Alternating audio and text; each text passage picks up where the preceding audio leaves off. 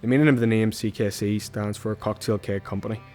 It was a brand that was designed to solve a problem that we were experiencing in our hospitality venue called the Blacklist. It was a solution to overcome long waiting times on popular drinks without sacrificing quality. This is a perfect marriage of why CKC works. So it has the artistry, one end, and then the nucleus of the fundamentals of how do you get a quick pour in a quick time with what people want. What makes CKC unique is our proprietary citrus blend. It's called an AM and it's currently under patent review. One of the main ingredients in almost every cocktail is basically conventional citrus, your lemons, limes, grapefruits.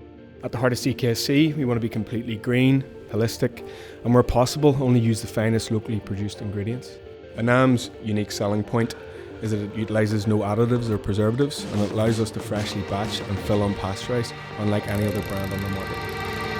How I got into the industry is a wee bit unconventional compared to where you normally go in, start as a glass collector, work your way through. My father had a mate in New York. He owned a few bars, specifically one called O'Loney's Bar, Times Square. And basically they needed to do me a solid when I hit an age and it was at college. Each summer I went over and worked in their bar in Times Square. I opened up my own consultancy called Sangreal Bartend, of which we did big festival work, trained some of the best talent on the planet. Started throwing parties back in the late 90s. Promotion, you probably call it now, but we called it throwing parties. And that was the start of it. 22 years of throwing events all around Europe. Met Soda, who brought me in to do a relaunch of one of his current venues, putting a new spin on things and a new angle. Came up with the creation of Fourier's Blacklist. Blacklist was a Belfast city centre cocktail bar. We had an idea of putting on draft cocktails that would allow us to be more creative with a smaller menu, which was consolidated prep. The problems we then faced were staffing. I was behind the bar with no background in cocktails, especially high-end award-winning cocktails, and so does artistry and background in cocktails wouldn't enable him to sacrifice on the quality that we were serving. So this is where the draft cocktails came in to perfection for us. It not only helped with the efficiency of selling the cocktail at a quick pace, but it also meant then someone who's a little bit less skilled, like myself, could still sell and serve the highest, most premium quality cocktail you would get anywhere in the country.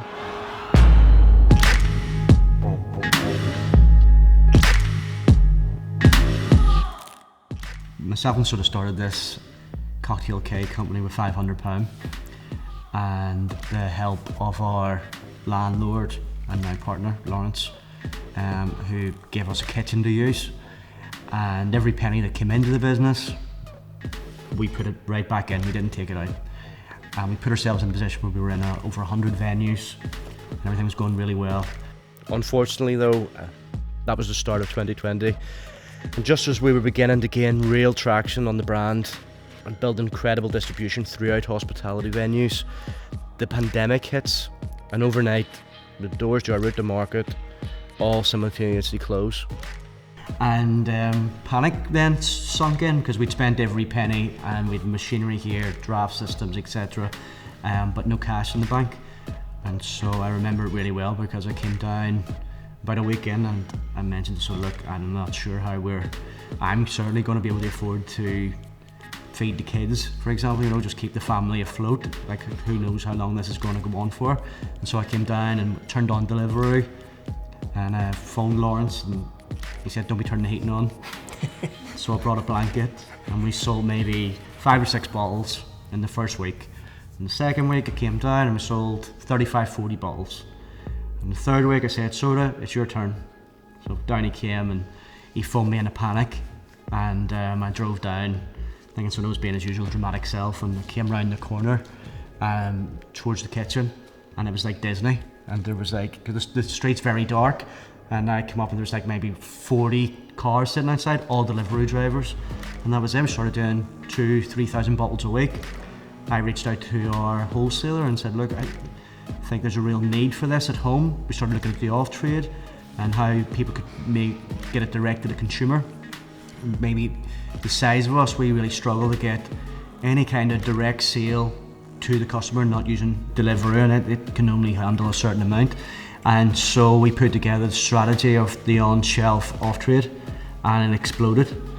The brand may have exploded due to the pandemic in terms of the off-trade, but really our focus a month or two in when we seen that we were generating enough capital was to reinvest into local hospitality staff, and the best that there is, our head of production, sales, reps, and they all come from a hospitality bar background.